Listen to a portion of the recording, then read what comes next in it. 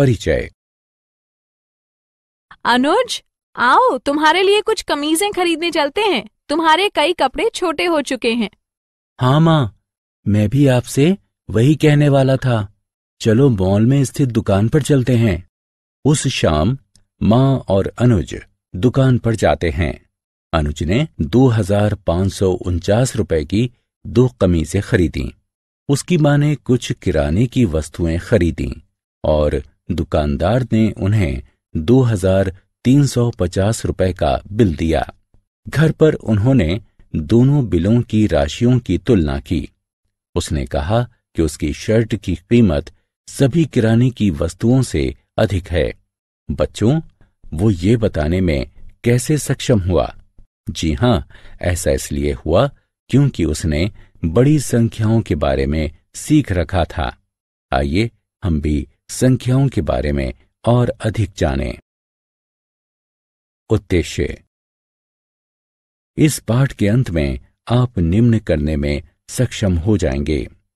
संख्याओं की तुलना करना, बड़ी संख्याओं को लिखना, संख्यांकन की भारतीय और अंतर्राष्ट्रीय पद्धति को जानना, निकटतम संख्याओं का आकलन करना, संख्याओं के योगफल, व्यवकलन, गुणन का आकलन करना, कोष्ठकों के प्रयोग से सरलीकरण करना और रोमन संख्यांकन समझना। संख्याओं की तुलना। संख्याओं के समूह या संग्रह की परस्पर तुलना की जा सकती है। संख्याओं की तुलना करने पर हम कह सकते हैं कि कौन सा समूह बड़ा है। संख्याओं को सबसे छोटे से प्रारंभ कर सबसे बड़े तक व्यवस्थित करना आरोही क्रम कहलाता है। संख्याओं को सबसे बड़े से प्रारंभ कर सबसे छोटे तक व्यवस्थित करना अवरोही क्रम कहलाता है। यदि दो संख्याओं के अंकों की संख्या असमान होती है, तब अधिकतम अंकों वाली संख्या बड़ी होती है। यदि दो संख्याओं के अंकों की संख्या समान होती हैं, तब हमें प्रत्येक स्थान पर संख्याओं की तुलना करने की आवश्यकता होती है। 4 अंकों की सबसे बड़ी संख्या 9999 है। 5 अंकों की सबसे छोटी संख्या बनाने के लिए इस संख्या में क्या जोड़ा जाना चाहिए? उत्तर है कि हमें 1 जोड़ना चाहिए। आइए हम पता करते हैं। 9999 में 1 जोड़ने पर हमें 10,000 प्राप्त होता है, जो कि 5 अंकों की सबसे छोटी संख्या है। क्या आप 6 अंकों की सबसे छोटी संख्या का अनुमान लगा सकते हैं? 6 अंकों की सबसे छोटी संख्या 1 लाख है। सबसे छोटी या सबसे बड़ी संख्या का रूप देने के लिए संख्या के अंकों को स्थानांतरित किया जा सकता है। आइए देखते हैं कैसे। बड़ी संख्याएं लिखना। कभी कभी संख्याएं इतनी बड़ी होती हैं कि उन्हें समझना कठिन हो जाता है। तब संकेतन के प्रयोग द्वारा बड़ी संख्याओं को लिखने एवं पढ़ने में सहायता मिलती है। हमारी दशमलव संख्या पद्धति में 1 अंक का मान संख्या में उसके स्थान या स्थिति पर निर्भर करता है। प्रत्येक स्थान का मान दाहिनी ओर से उसके स्थान का 10 गुना होता है। करोड़ तक इसका विस्तार किया जा सकता है। चार्ट संख्याओं को लिखने एवं पढ़ने में सहायता करता है एवं इसे स्थानीय मान चार्ट कहा जाता है। संख्या पद्धति। संख्यांकन की भारतीय पद्धति में हम इकाई, दहाई, सैकड़ा, हजार एवं तत्पश्चात लाख और करोड़ का उपयोग करते हैं। चलिए करोड़ को दर्शाते हैं। हजार, लाख एवं करोड़ को दर्शाने के लिए कॉमा यानी अल्प विराम का उपयोग किया जाता है। प्रथम अल्प विराम सैकड़े के स्थान यानी दाएं से तीसरे अंक के पश्चात आता है। ये हजार अंकित करता है। दूसरा अल्प विराम आगे के 2 अंकों के पश्चात यानी दाएं से 5वें अंक के पश्चात आता है। ये 10,000वें स्थान के पश्चात आता है एवं लाख को दर्शाता है। तीसरा अल्प विराम आगे के अन्य 2 अंकों के पश्चात यानी दाएं से 7वां अंक के पश्चात आता है। ये 10 लाख के पश्चात आता है। अंतर्राष्ट्रीय संख्यांकन पद्धति जिसका प्रयोग किया जा रहा है उसमें हमारे पास इकाई, दहाई, सैकड़ा, हजार एवं तत्पश्चात मिलियन है। 1 मिलियन 1,000 का होता है। अल्प विरामों का प्रयोग हजार एवं मिलियन को दर्शाने में किया जाता है। ये दाएं से प्रत्येक तीसरे अंक के पश्चात आता है। प्रथम अल्प विराम 1000 दर्शाता है एवं अगला अल्प विराम मिलियन को दर्शाता है। आइए कुछ बिंदुओं को देखते हैं। 1 करोड़ 100 लाख के बराबर होता है। 1 मिलियन 1000 के बराबर होता है। 10 करोड़ 100 मिलियन के बराबर होता है। 100,000 1 लाख के बराबर होता है।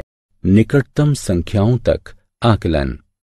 जैसे ही हम बड़ी संख्याओं पर आते हैं उनकी गणना करना जटिल हो जाता है। जटिलता से बचने के लिए हम आकलन या सन्निकटन करते हैं। उदाहरण के लिए 496 विद्यार्थियों वाले एक स्कूल में आप कह सकते हैं कि स्कूल में 500 विद्यार्थी हैं। निकटतम दहाई तक सन्निकट संख्या का तात्पर्य ये पता लगाने से है कि वो किस दहाई के निकटतम है। उदाहरण के लिए 23 का निकटतम सैकड़ा तक 20 के रूप में सन्निकटन कहते हैं। निकटतम सैकड़ा तक सन्निकट संख्या का तात्पर्य ये पता लगाने से है कि वो किस सैकड़ा के निकटतम है। उदाहरण के लिए 423 का निकटतम सैकड़ा तक 400 के रूप में सन्निकटन करते हैं। निकटतम 1000 तक सन्निकट संख्या का तात्पर्य ये पता लगाने से है कि वो किस 1000 के निकटतम है। उदाहरण के लिए 3800 का निकटतम 1000 तक 4000 के रूप में सन्निकटन करते हैं। योगफल, व्यवकलन और गुणन का आकलन। निकटतम संख्या तक आकलन करके 2 बड़ी संख्याओं के योगफल का आकलन करने में सहायता मिलती है। उदाहरण के लिए 4780 एवं 3325 को जोड़िए। 4780 का सन्निकटन बराबर 4800 है। 3325 का सन्निकटन 3000 है और दोनों का योगफल 7800 है। निकटतम संख्या तक आकलन करके 2 बड़ी संख्याओं के व्यवकलन का आकलन करने में सहायता मिलती है। उदाहरण के लिए 29,664 से 22,345 को घटाइए। 29,664 का सन्निकटन बराबर 30,000 रुपये है। 22,345 का सन्निकटन बराबर 20,000 है और दोनों का अंतर 10,000 है। निकटतम संख्या तक आकलन करके 2 बड़ी संख्याओं के गुणनफल का आकलन करने में सहायता मिलती है। उदाहरण के लिए 33,467 एवं 8,888 का गुणन देखिए। 33,467 का सन्निकटन बराबर 33,000 है। 8,888 का सन्निकटन 9,000 है। गुणन बराबर 33 गुणा 9 6 शून्यों के साथ, जो कि 29 करोड़ 70 लाख होगा। कोष्ठकों के प्रयोग द्वारा सरलीकरण। निम्न प्रश्न पर विचार कीजिए। इस प्रश्न को 2 तरीकों से हल किया जा सकता है। सही उत्तर कौन सा है?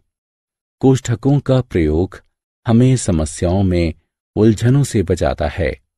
जहां हमें एक से अधिक संख्या संक्रिया की आवश्यकता होती है। आइए देखते हैं कैसे। यदि स्क्रीन पर दिखाए प्रश्नानुसार प्रश्न दिया जाता है तब इसकी गणना करना सरल होता है। हाँ, उत्तर 17 गुणे 109 बराबर 1853 के रूप में होगा।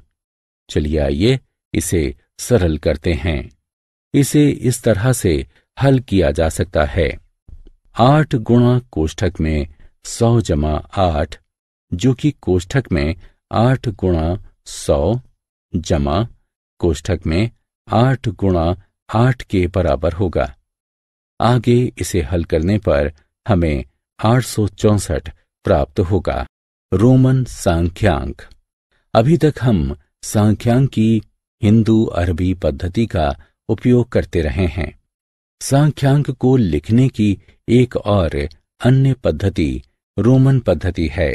ये संख्याओं को लिखने की सबसे पुरानी पद्धतियों में से एक है जो अभी भी अनेक स्थानों पर प्रचलित है। हिंदू अरबी सांख्यांक पद्धति के विपरीत रोमन सांख्यांक पद्धति में विभिन्न संख्याओं को प्रदर्शित करने के लिए 7 मूल संकेतों का प्रयोग किया जाता है। ये संकेत निम्नानुसार हैं। संकेतों की तालिका को देखिए। रोमन सांख्यांक तैयार करने के कुछ नियम होते हैं।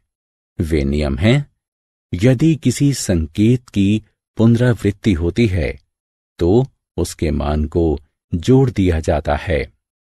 संकेतों I, X, C एवं M की अधिकतम 3 बार पुनरावृत्ति की जा सकती है। संकेतों V, L एवं D की पुनरावृत्ति नहीं की जा सकती है। यदि छोटे मान वाला कोई संकेत एक बड़े मान वाले संकेत के दाईं ओर जाता है तो बड़े मान में छोटे मान को जोड़ दिया जाता है। यदि छोटे मान वाला कोई संकेत एक बड़े मान वाले संकेत के बाईं ओर जाता है तो बड़े मान में से छोटे मान को घटा दिया जाता है। आत्ममूल्यांकन। वक्तव्यों के सामने विकल्पों में से सही उत्तर उठाकर रखिए। सारांश। आइए हमने जो कुछ सीखा है उसे संक्षेप में दोहराएं। बड़ी राशि का पता लगाने के लिए संख्या की तुलना की जा सकती है। संख्याओं को विभिन्न रूपों में लिखा जा सकता है। सांख्यांकन की भारतीय एवं अंतर्राष्ट्रीय पद्धति एवं उनके मध्य अंतर। एक पूर्ण संख्या के निकटतम तक एक संख्या का सन्निकटन कैसे करते हैं। सन्निकटन का उपयोग करते हुए योगफल, व्यवकलन, गुणनफल का आकलन, कोष्ठकों के प्रयोग से गणना को सरल कैसे करते हैं। रोमन सांख्यांक।